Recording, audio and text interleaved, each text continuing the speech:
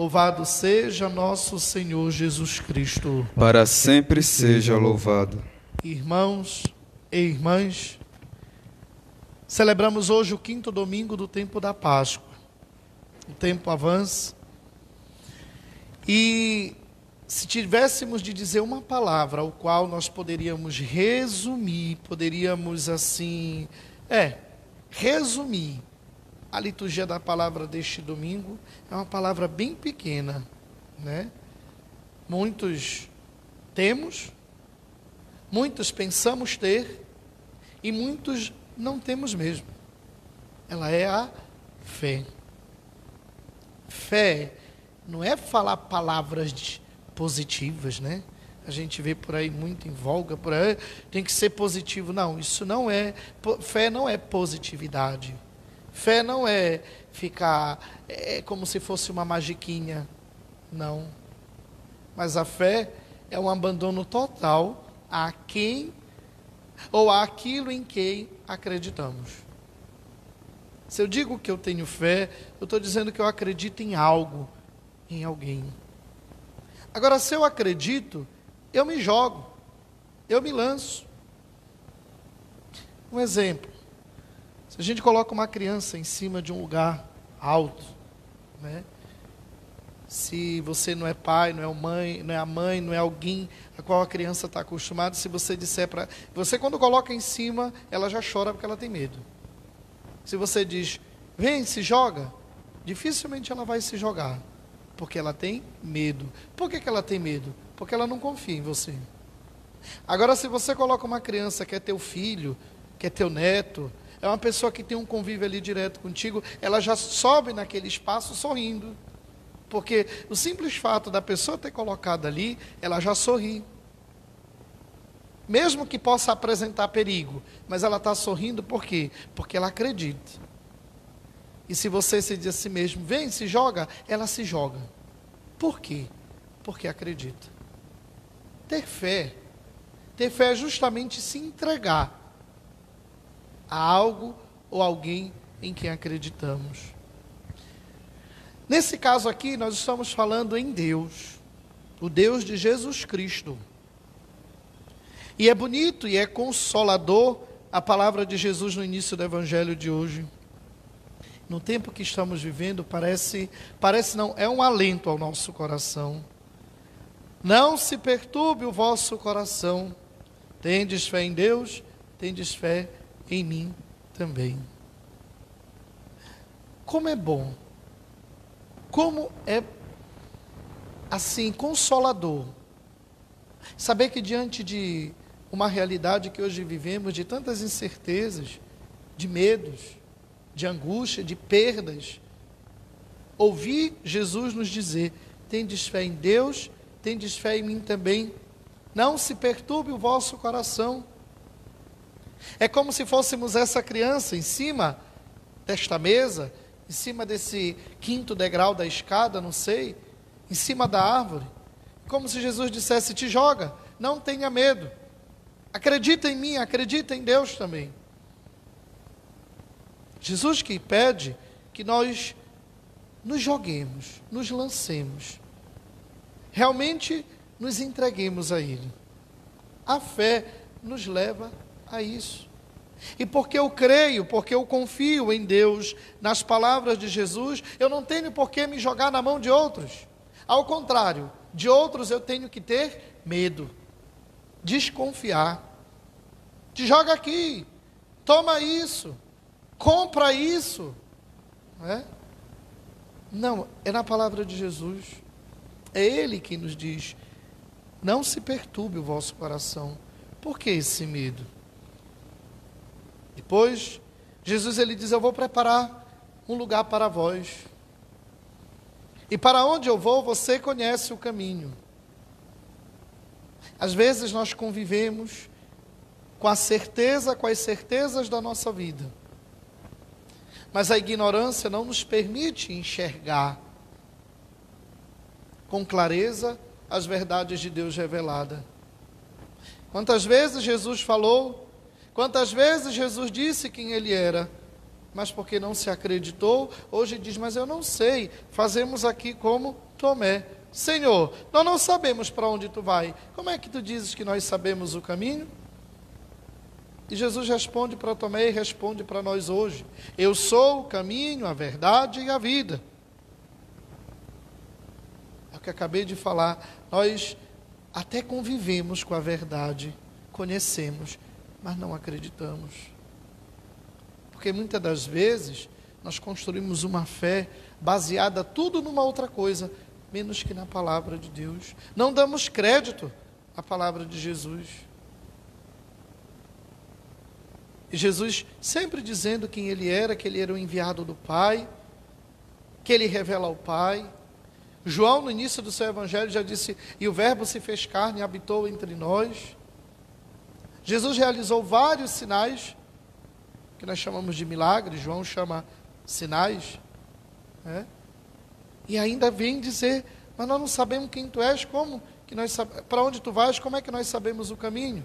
Eu sou o caminho, a verdade e a vida, né? Ninguém vai ao Pai senão por mim. E quantas vezes no nosso caminhar nós escolhemos outros caminhos que não Jesus, da sua palavra? Agora eu atingi a maturidade, eu tenho a idade de escolher, então eu escolho fazer por minha conta. E ninguém se mete, porque eu sou dono de mim mesmo, sou dono da verdade, eu já tenho a chave de casa, eu vou para onde eu quiser. Vai, tchau.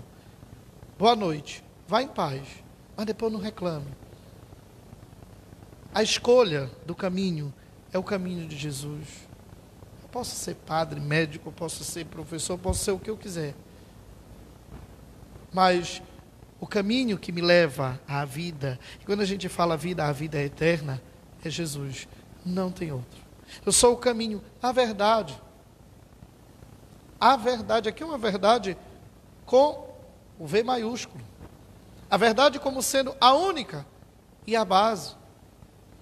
Hoje a gente ouve muito por aí, a verdade ela é relativa, cada um tem a sua.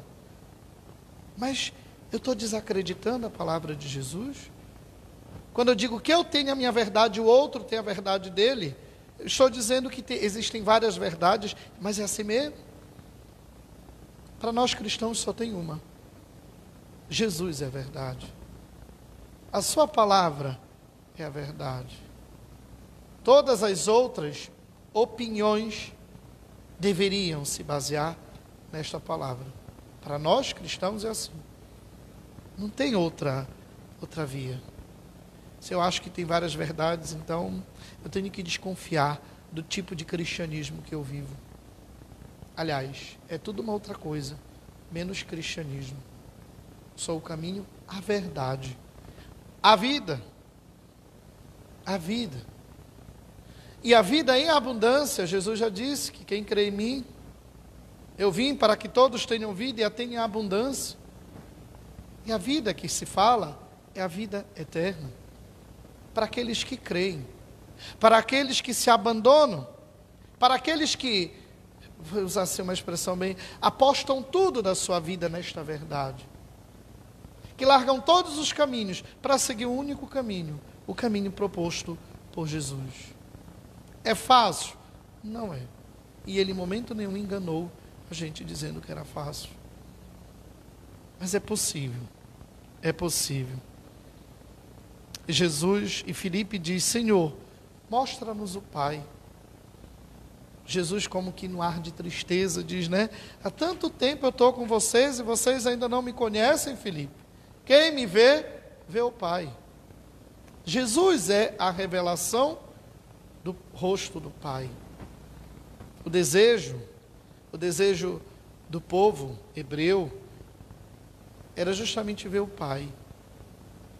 Tanta verdade que ninguém jamais viu o Pai, porque diz lá na Sagrada Escritura, no Antigo Testamento, que aquele que visse Deus morreria. Veja, Moisés, como é a conversa de Moisés? É por meio da imagem da sarça ardente, aquele fogo. Moisés ouve a voz de Deus, mas não vê Deus. Também nós, né? Hoje temos a graça que Moisés não teve. Nós não temos mais a sarça. Mas Jesus é a revelação do rosto do Pai. Quem conhece Jesus, conhece o Pai. Quem vê o rosto de Jesus, vê o rosto do Pai. Essa é a nossa fé. Depois, falando em fé, na segunda leitura, São Pedro, ele é bem incisivo com relação a uma pedra, né? A pedra, às vezes a gente vai pelo caminho e dá uma topada, né? Tropeça, cai, às vezes arrebenta com a cabeça do dedo. E a imagem dessa pedra aqui enquanto rocha, rocha firme. E Pedro começa dizendo: vocês, aproximai-vos do Senhor, pedra viva, rejeitada pelos homens. Também vocês, como pedras vivas, formai um edifício espiritual, um sacerdócio santo, a fim de oferecer de sacrifícios espirituais agradáveis a Deus por Cristo. E aqui começa um comprometimento da comunidade. Cristo é a rocha firme, colocada no centro. Quando nós nos aproximamos dele, e quando nós falamos nos aproximamos dele, quer dizer, somos batizados nele, transformados nele e por ele. Nos tornamos também pedras vivas. Sabe, o compromisso da santidade não é do Papa, não é do padre, é de todo aquele que se diz cristão. Se você é cristão, você é chamado a ser santo. E se você não for santo, então é a tua igreja que é podre, é a tua igreja que não é santa. Quando eu digo a tua igreja, na tua comunidade, na tua paróquia. Vamos pegar um exemplo da aliança. A aliança é um compromisso. Nós vemos muito comum entre o homem e a mulher. Deus, a aliança do marido e da esposa é a imagem da aliança de Deus com o seu povo. O que o casal é chamado? O que o casal é chamado a testemunhar no mundo? A fidelidade de Deus para com o seu povo. Ponto. Deus é fiel, não é? Todo mundo escreve, coloca na placa da casa, coloca Deus é fiel, bonitinho, tão lindo. Deus é fiel. Você não precisa estar repetindo isso, porque é pronto e basta. Se a aliança matrimonial, ela dá testemunho desta aliança de Deus com o seu povo. Deus é o esposo, a esposa é a igreja. Você, esposo, se diz que Deus é fiel. Por que você é infiel? Eu, padre, eu tento imitar Cristo. Você é homem casado. Você é a imagem de Deus com a sua igreja. Eu pergunto, por que é escandaloso quando um padre cai, um ministro de Deus cai, que é homem como você? E por que o teu pecado é levado como se nada fosse? Veja, que quando eu me torno pedra viva, quando eu me aproximo desta pedra viva, eu me torno também pedra, rocha, e sou chamado a dar testemunho de vida. Eu não devo ficar apontando os outros, dizendo que os outros têm que ser santos. Eu tenho que ser santo. Eu tenho que começar por mim. Por mim. Ah, mas eu caio, padre, e vou confessar. Mas não adianta de nada. É muito fácil, né? Às vezes a gente até brinca com o sacramento. É muito fácil. Eu sou namorado. Deus o livre. Tem que confessar toda semana. Comungar de joelho. O véu na cabeça. Mas eu tenho uma vida marital com a minha namorada. Cadê a santidade? Cadê a santidade que às vezes eu estou cobrando do padre, cobrando dos outros, e não olho para mim? Sou chamado a viver a santidade. Aqui ele não diz que é para o ministro de Deus, mas ele diz para todos aqueles que se aproximam da rocha firme que é Jesus, são chamados. E ele diz aqui: também vocês, como pedras vivas, formai um edifício espiritual, um sacerdócio santo, a fim de oferecer de sacrifícios espirituais agradáveis a Deus por Jesus Cristo. Isso é para todos, é para a igreja como um todo. E quando a gente fala igreja, entendamos igreja como sendo igreja povo de Deus. Não é a igreja, o bispo, o papa, os padres, a igreja povo de Deus. Onde tem um batizado, uma batizada, ali tem a igreja. Se você está sendo santo, a igreja está sendo santa. Se você está vivendo do teu jeito, a tua igreja está vivendo do teu jeito. Mas não adianta ficar jogando pedra no irmão que talvez tenha caído.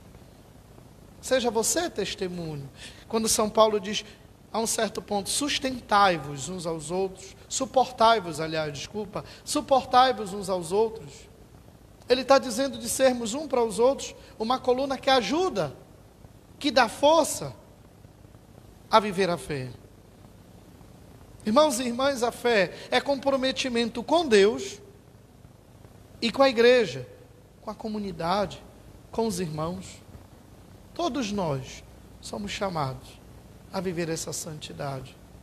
Todos nós somos chamados a ser pedras, que fazemos parte dessa grande construção que é a igreja de Cristo. Não tenhamos medo, não temamos, tenhamos fé em Cristo. Ele nos dá a vida, e a vida eterna. Tudo passa, só Ele não. Só Deus não passa. Ele é eterno, e essa sua eternidade Ele dá a nós que nele cremos. Peçamos ao Senhor, meus irmãos e irmãs, que o Cristo ressuscitado coloque em nós um coração novo, disposto realmente a nos lançar, acreditando mais na sua palavra, sendo santos, vivendo mais a vocação que Ele nos chama, a vocação à santidade, de sermos pedras, pedras que dão testemunho, pedras que constroem a grande igreja de Deus, formada por cada um de nós. Louvado seja nosso Senhor Jesus Cristo. Para sempre seja louvado.